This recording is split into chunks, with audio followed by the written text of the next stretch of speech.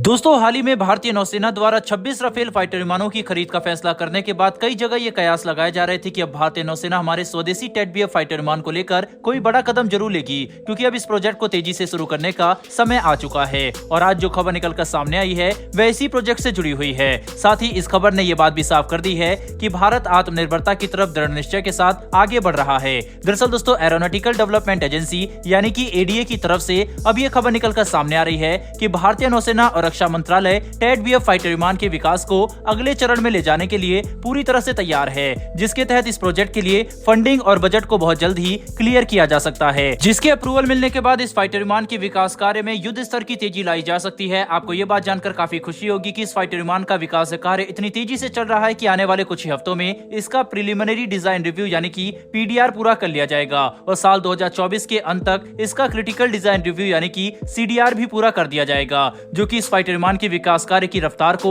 साफ तौर पर दर्शाता है। लेकिन ऐसा सिर्फ तभी संभव है जब रक्षा मंत्रालय की तरफ से टेडबीएफ प्रोग्राम के लिए 14,000 करोड़ की फंडिंग अप्रूव कर दी जाए, जिसके तहत रक्षा मंत्रालय भी इस फंडिंग को अप्रूव करने के लिए तेजी से काम कर रही है और आने वाले कुछ ही महीनों में इस पर कोई बड़ा फैसला हमें देखने को मिल सकता है। यकीन मानिए, जैसे ही रक्षा मंत्रालय की तरफ से टेडबीएफ प्रोजेक्ट के लिए 14,000 करोड़ की फंडिंग को अप्रूव कर दिया जाएगा, तो हम देखेंगे कि इस प्रोजेक्ट में अचानक से सक्रियता काफी ज्यादा बढ़ जाएगी और इसके डेवलपमेंट से जुड़ी खबरें लगातार सामने आने लगेंगी। इसके अलावा भारतीय नौसेना और रक्षा मंत्रालय के साथ साथ एडीए भी टेडबीएफ प्रोजेक्ट को लेकर इतने आत्मविश्वास के साथ काम इसलिए कर रही है क्योंकि भारतीय नौसेना ने पहले ही ऐसे 60 फाइटर विमान खरीदने का वादा कर दिया है। यानी कि साल 2032 में जैसे ही टेडबीएफ प्रोडक्शन के लिए तैयार हो जाएगा, भारतीय नौसेना अपने पास मौजूद 45 मिग-29 के विमानों को रिप्लेस करने के लिए टेडबीएफ की खरीद शुरू कर देगी, जिसकी प्रक्रिया साल 2034 से शुरू कर दी जाएगी। वहीं पर 2040 तक इन्हें भारतीय नौसेना के बेड़े में पूरी तरह से रिप्लेस कर दिया जाएगा। वहीं पर फंडिंग रिलीज होने के बाद इस फाइटर विमान पर काफी तेजी से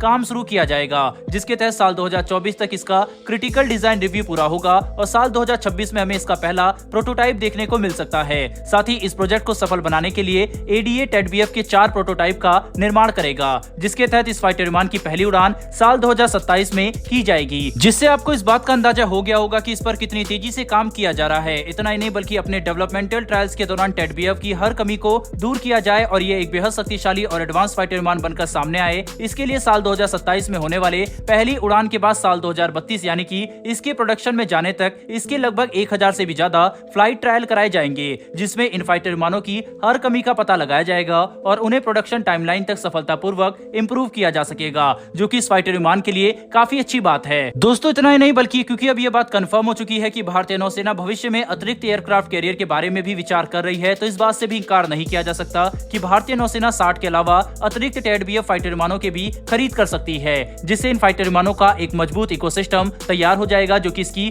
ओवरऑल प्रोडक्शन कॉस्ट को कम करेगा, जिसका फायदा हमें एक्सपोर्ट मार्केट में देखने को मिल सकता है। हालांकि भारत ने पिछले कुछ समय से रिसर्च एंड डेवलपमेंट में जिस तरह की तेजी दिखाई है, यह हमारे पिछले रिकॉर्ड के मुकाबले तो काफी अच्छा है, लेकिन यहाँ पर हमें यह बात भी स्वीकार करनी पड़ेगी कि भारत को अभी भी रिसर्च एंड डेवलपमेंट के क्षेत्र में काफी ज्यादा निवेश करने की जरूरत है, ताकि हम देश में हर उस तकनीक का विकास स्वदेशी रूप से पूरा कर सके जो कि हमारे रक्षा उपकरणों और हथियार प्रणाली के डेवलपमेंट में जरूरी है, ताकि हमें इनके लिए फॉरेन कंपनियों पर निर्भर न रहना पड़े, जो हमारे लिए सही मायने में रक्षा के क्षेत्र में आत्मनिर्भरता कायम करने का काम करेगी। कुल मिलाकर चीजों को समझने की कोशिश करें तो जिस तरह से भारत टेडबीएफ के डेवलपमेंट में काम कर रहा है, ये काफी सराहनीय है। साथ ही इसके लिए हमें स्वदेशी प्राइवेट कंपनियों को भी इस प्रोजेक्ट के साथ जोड़ना होगा, ताकि टेडबीएफ के कंपोनेंट और सबसिस्टम को प्राइवेट कंपनियां मैन्युफैक्चर करें, जिससे हमारी पब्लिक कंपनियों पर इसकी मैन्युफैक्चरिंग का दबाव कम पड़ेगा, जो कि हमारे लिए टेडबीएफ प्रोजेक्ट को तेजी से आगे बढ़ाने में काफी मददगार साबित होगा। बहरहाल दोस्तों, इस वीडियो में इतना ही, लेकिन टेडबीएफ से जुड़ी हुई ये खबर आपको कैसी लगी कमेंट बॉक्स में लिखकर जरूर बताइएगा। साथ ही अगर आपको ये इन्फॉर्मेशन और वीडियो पसंद आई हो तो वीडियो को लाइक करके हमारी आने वाली डेली ऐसी डिफेंस से जुड़ी वीडियो के लिए चैनल को सब्सक्राइब कर बेल नोटिफिकेशन अवश्य दबा लें। फिर मिलेंगे ऐसी एक नई वीडियो के साथ। धन्यवाद। जय हिंद।